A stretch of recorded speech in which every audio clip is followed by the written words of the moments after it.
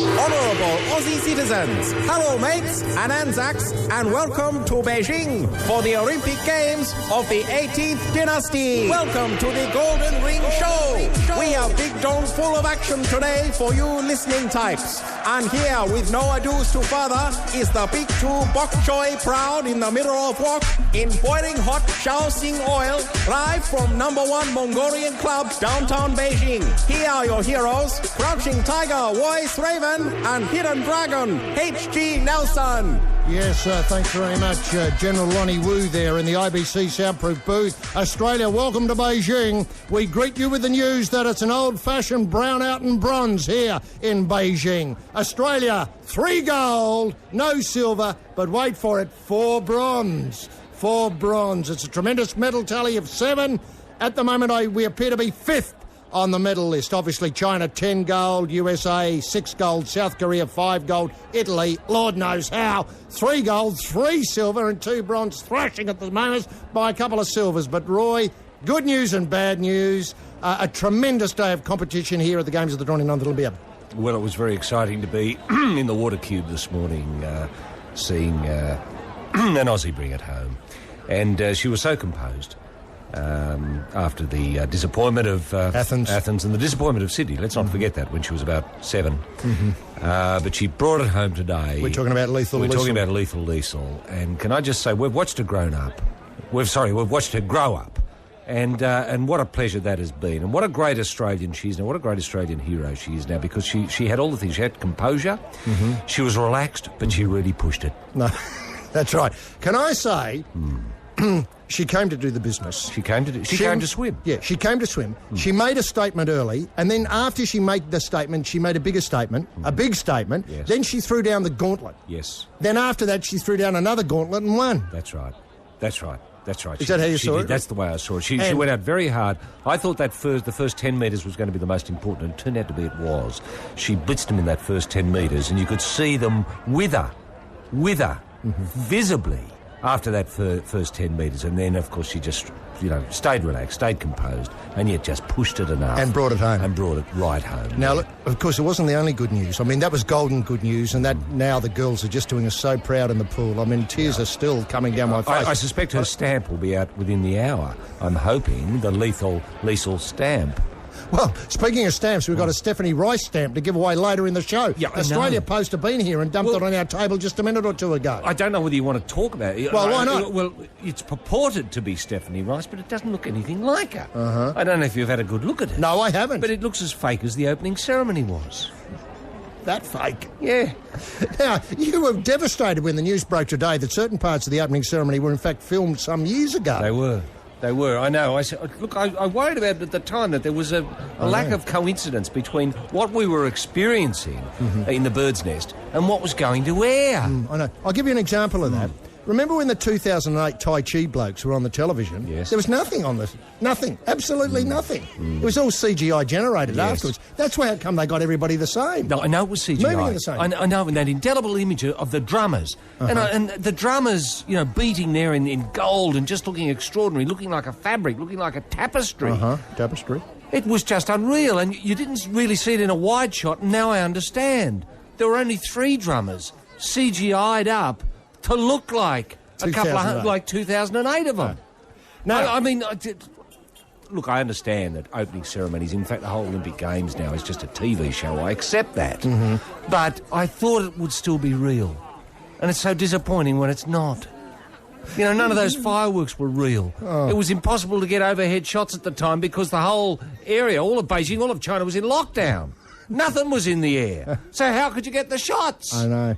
And once you sow that seed of doubt, Slaven, though... You ask what's real and what isn't. I know, and the then wheels you're in fall off. Existential difficulties. I know. And in China, you don't want to be in an existential difficulty. Suddenly, I tell you what, suddenly somebody's locking you up with a wry smile and a big bunch of keys. That's exactly right.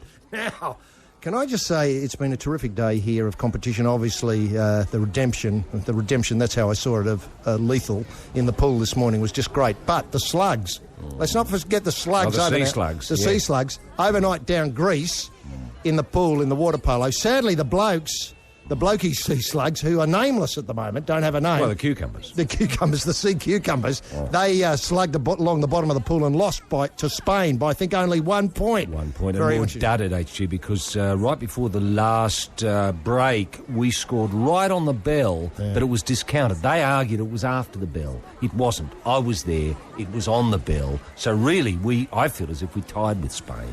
Kookaburras won overnight about $1 billion to 1. The Killers, the Opal Killers, well, not the best performance by our Killers at the Olympics.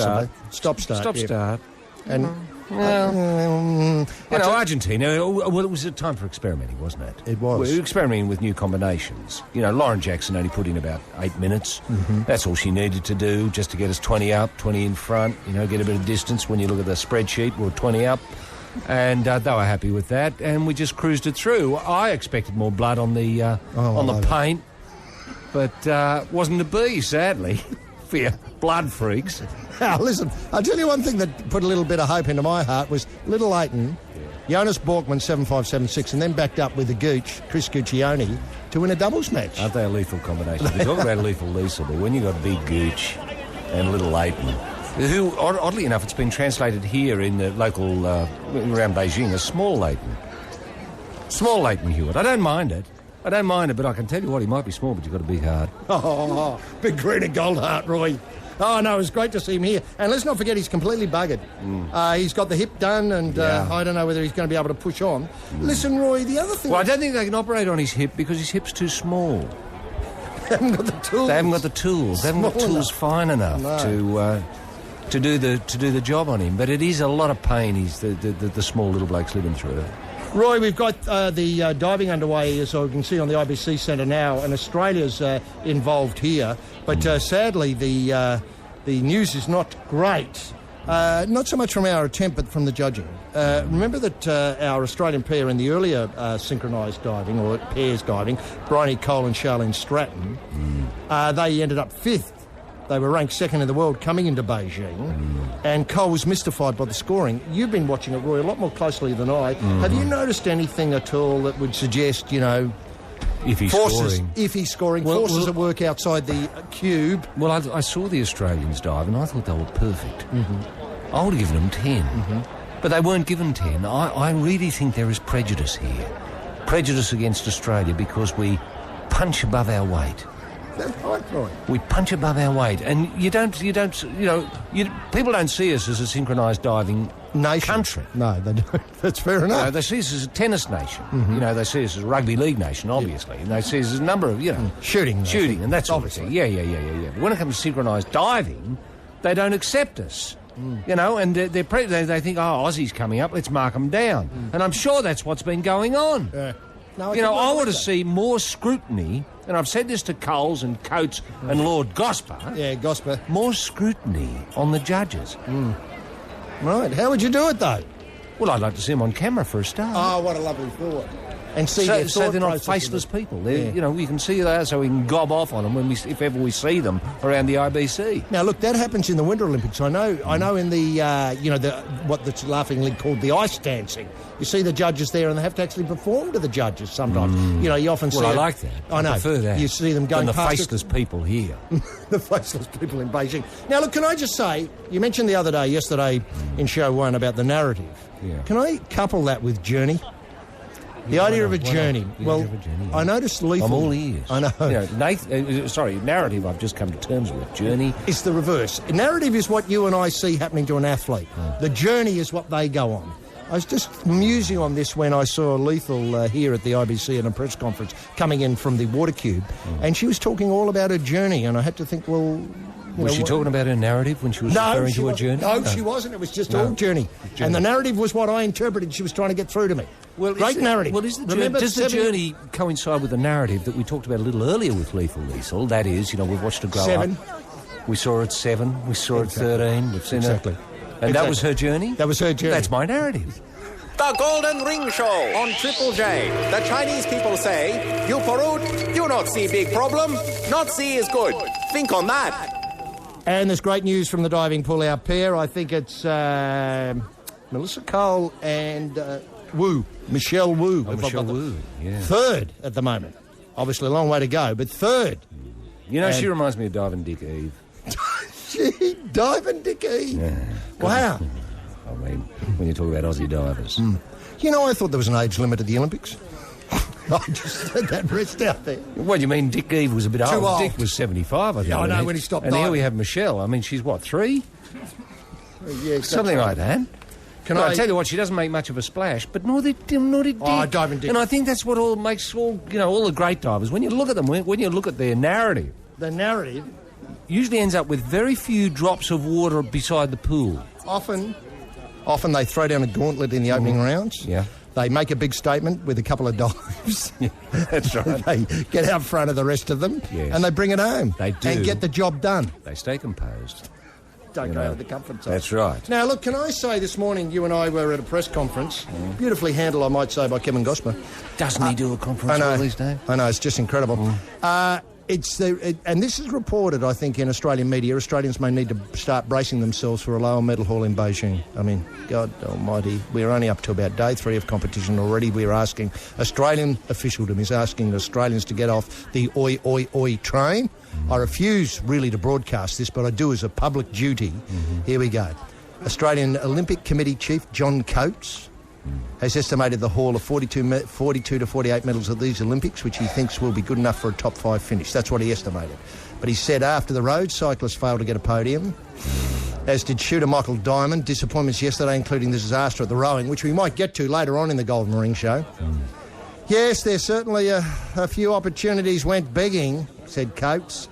I'm not saying it's time to be concerned, but there's a long way to go, but it's all going to depend on how many medals other countries take away from us. Yeah. In the cycling, it could be the reverse of Athens, where we won 10 medals, including 6 golds.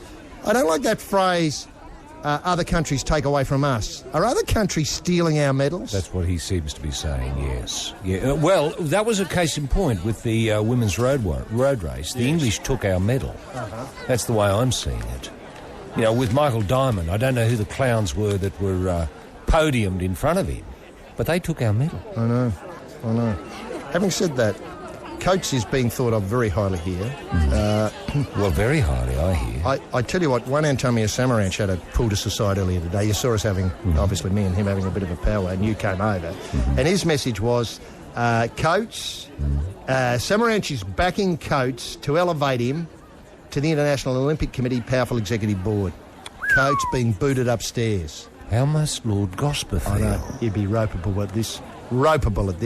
Unbelievably ropeable. And I tell you something for absolutely nothing. If Coates goes, we might have mentioned this the other day, all we've got left is old Punchy Tunstall and Gosper to run the show. I mean, that's a step. Sure, you can call it a dream team. You mean he hasn't groomed anyone to come behind him? Is that what you're suggesting? I'm saying that. He hasn't groomed it. It's a Is it too late to turn to Madam Butterfly, Susie O'Neill? Yes, I thought and you might ask say Susie to step down from her IOC commitment and come and run the come AOC. to the AOC. Yes, I mean, is that possible? Has that ever been done? I don't think so. Has it ever been done? I don't think so. But if the nation, someone, a heavy hitter like the Prime Minister or His Excellency... Juan Antonio. Well, I was thinking of His Excellency the Governor-General. Oh, His Excellency, our Governor-General. Well, why not the two Excellencies? Get together and bang heads. With Madam Butterfly and say, listen, your nation needs you. Well, I think it's about time. But you'd have to say Coates has done enough, hasn't he? Oh, he has. He's done more than enough. If he's running down our medal till, I think it's time for the door. Now, look, can I just say, Roy, you and I were entertained earlier by a lot of the protests going on, and I think on the weekend we highlighted a great story concerning Amanda Beard's nude protest about fur. I mean, sure. Is she a PETA? Is she a PETA person? She's a PETA person. She doesn't like mulesing. I don't know that. I think she hadn't got a clue what mulesing is. She doesn't like... Well, that's why she looked at me blankly when I said... On your mulesing? Yeah, love your mulesing work, Beardy. I understand. Look, I tell you what, I think she's against, animals being slaughtered for fur. But, of course, when she gave me the poster, I mean, I couldn't take my eyes off, obviously the larger image to focus on the message I was trying to be told. Right. I couldn't get the narrative. I couldn't get the narrative. No, I understand. Now, you were just seeing the journey, weren't you? Just seeing the journey. The clothes coming off. Now, look, people have asked me why the protests have suddenly gone quiet. I mean, the Beard's an exception. Well, how about this? The Games organisers were widely applauded by the International Olympic Committee when they announced that 3 parks would be set aside in which people could protest and promote their causes during the Olympics. Of got this off the Murdoch site today. Oh, yes. But protests have to be authorised, and none have been approved thus far, and none are likely to be held.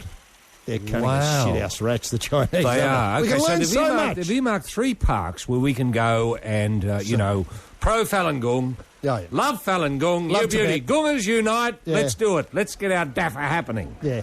That's one lot. Free The Tibet. next, free Tibet, you beauty. Yeah. You know, come on, Dalai Free Lama, Tibet. love Yeah. your work, love your gear, Or- come in and take over. Yeah. Or beard. No more slaughtering of nothing. Is that what... Well, she's first. Oh, just fur. First, just generally first. Oh, Well, first. no more slaughtering of furry animals. Oh, okay. Now, Okay, so we can go to those parks and do this if we have the approval of the relevant authorities. that's what we need. Now, Obviously some people, applications have been made and not approved. none have been approved.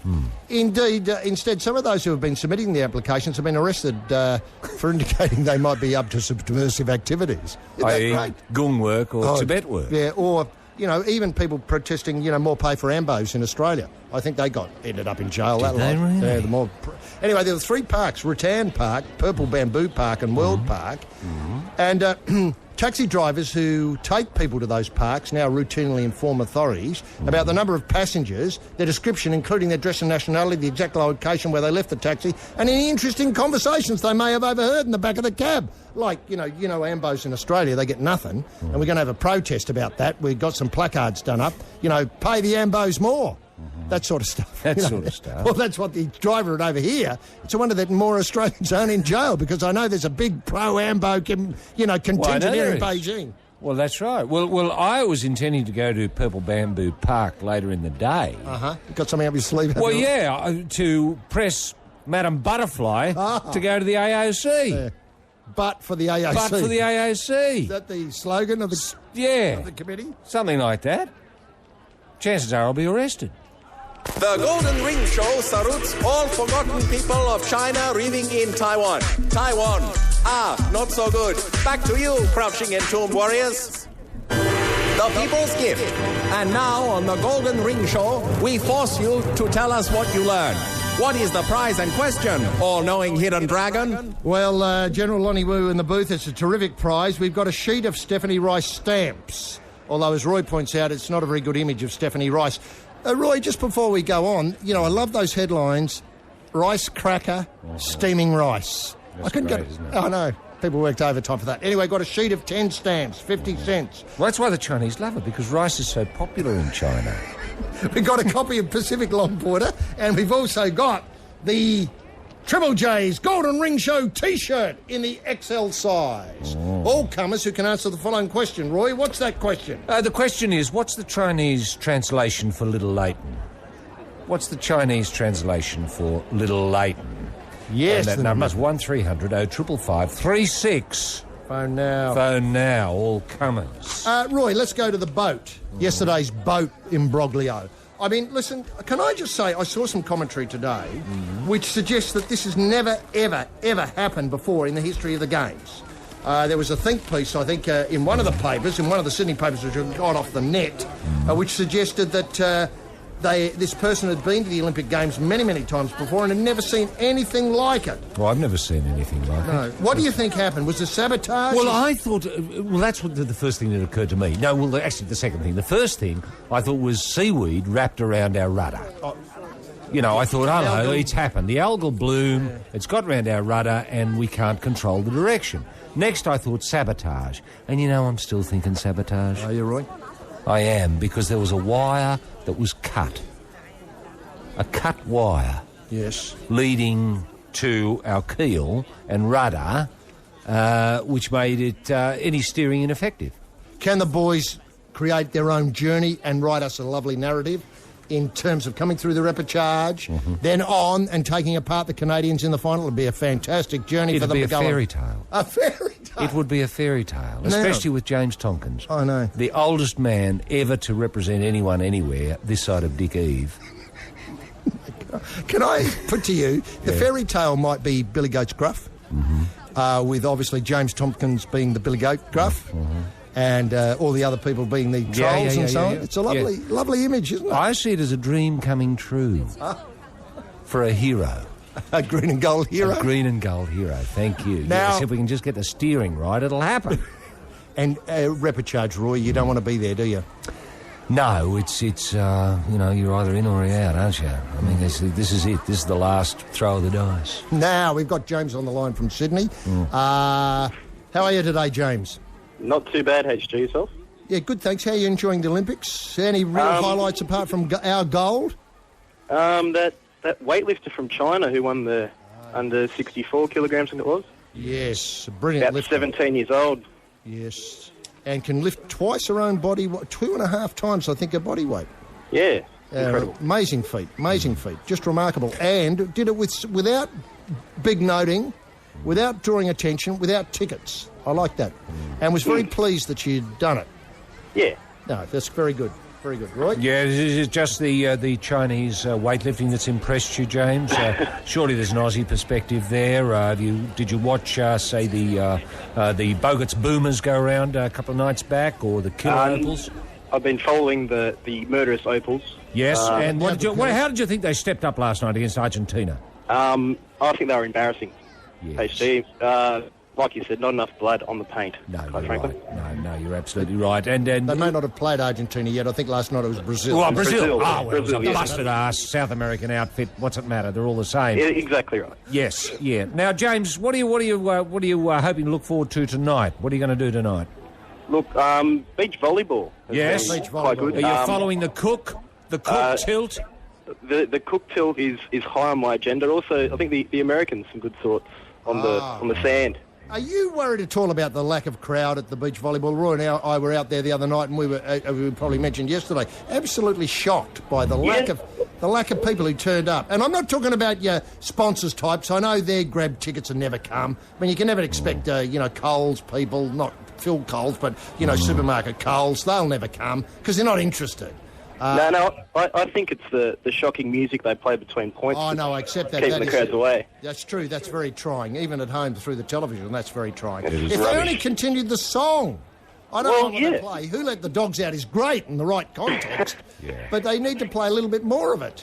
Yep, absolutely. I agree with that, James. I'll give you the question here.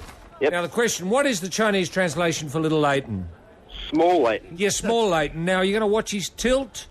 Yeah, and Big Gooch. Big fan of Big Gooch. He and Big Gooch, it's a dreamlike combination. But I think he's up against Rafael Nadal. Small. I think that's Stewart, actually. Small. Against Nadal. Yes. Now, the stamps, the Stephanie Rice stamps, the Pacific Longboarder, and, of course, the Golden Ring T-shirt. They'll be coming your way, James, as soon as the Chinese Post can get hold of them and bunging them in the mail to you. Thanks very much for being part of the Golden Ring Show. The Golden Ring Show on Triple J. The Chinese people say, you born with one chopstick, you cry for those born with no chopstick. Think on that. Roy, look, I notice here, you know how I mentioned before about the problem of protesting? You know, they have a park where you can protest, but they don't issue any permits, and the taxi driver who takes you there busts you. Now, this is a bit like smoggy. I know you pointed out the other day, we're talking to Lord Gosper, and we said, what do you think of the smog? And he just said, shh. Yes. Yeah, what smog? Yeah. Well, the British scientists monitoring pollution levels in Beijing have been ordered to shut down their website after their readings disputed official statistics showing that the city was meeting its pollution targets. Yeah, good. Well, we don't want anything spoiling the games, do we? No. I mean, that's the way to look at it. Can I put you on the spot here? And I know we haven't talked about this until now on air. Yes. Are you declaring these the best games ever? Yes. Right. Yeah, I think you'd have to say. Has that come from... No, well, that's what I've been, told to say by the bloke standing over there with the Kalashnikov. Yeah, that's right. And do you feel... With a very serious look on his face. I've tried to buck him up and lighten it up, with a couple of gags about Small Leighton and that sort of stuff. And we gave him some Stephanie Rice stamps. We did. Just means nothing. No, look, blank.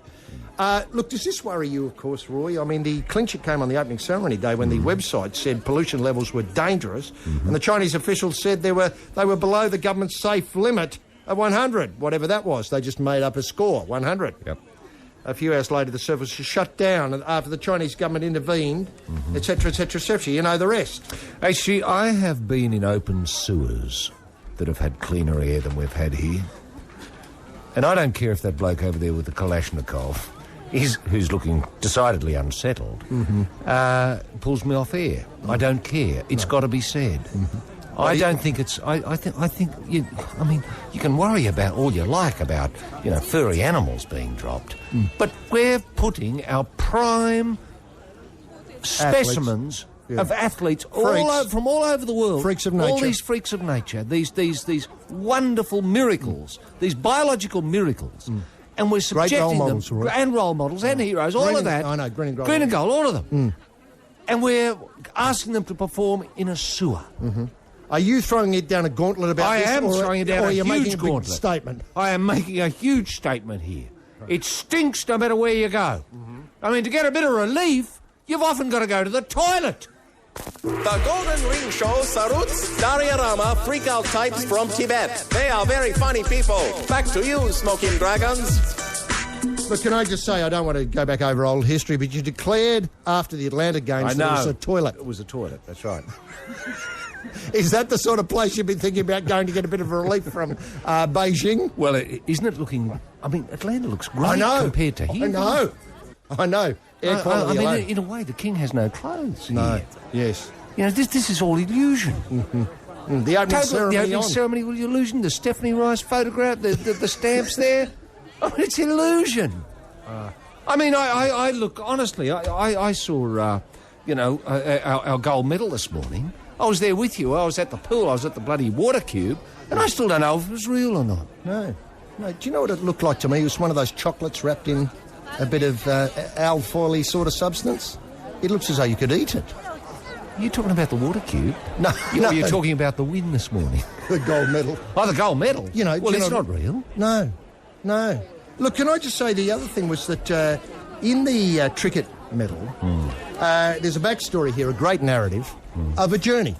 And the journey seems to be that Libby was vomiting all the way to the start line. Yes. And that Jessica Schipper, and let's not forget that Jessica Schipper is not the forgotten woman of Australian swimming on this show here, the Golden Ring Show. Not. She's not the forgotten woman of Australian swimming, but she had a terrible problem with that suit. She couldn't do a suit up. Yeah, she had to get another one. The LZR or whatever. The LZR? She couldn't do it up. No. The zip failed. She was panicking. She had to put on a second suit that didn't belong to her. No. And then bravely swum bronze. But I would say in the manner of Miss Lenton, or Trickett, that there was an email here suggesting, this has come from Kim, suggesting that Libby's been dining on nothing but Peking duck since she arrived. Is that right? Inside information? We haven't seen her out and about. No. Peking duck. But if this is true and the Peking duck is working for her, the Kim here is wondering why Bogut's Boomers hasn't been eating duck. And I think it's a fair question. I do too. I think it's a very good question. Now, if you do want to get in touch with us by email, you can do so at the Golden Ring Show. Just go to triplej.net.au//Dulls and Linda, and you can leave us a message then. Now, the other thing before we go today is the Mark Spitz, and I hope we can do something about this through this show. The Mark Spitz problem, he hasn't been invited to see Phelps break the record. He hasn't been invited. I'm talking about the greatest of all. I know. I mean, never mind Phelps, he hasn't been invited. They don't even know he's there in Beijing. Isn't that shocking? That is incredible. The other thing I heard is that Murray Rose hadn't been invited. Rubbish. Murray Rose? That's what I heard. Isn't he part of the Olympic family? Well, I thought he was. You know, what is going on? This is typical Beijing, isn't it? This is typical Chinese. Trying to keep They people will out. not... They are control freaks. They are control freaks. And HG, can I just say, I think it'll be an absolute miracle if we're on air tomorrow. Well, we hope to have done something about Mark Spitz. He's just said that I never got invited. You don't go to the Olympics just to say I'm going to go, especially because of who I am. I'm going to sit there and watch Michael Phelps break my record anonymously. That's almost demeaning to me. It is demeaning to me. They voted me one of the top 5 Olympians of all time. Some of them are dead. That's Michael Spitz. Should I say Mark Spitz, Michael's brother? We'll have to go. Rings tomorrow. Join us then. Bye.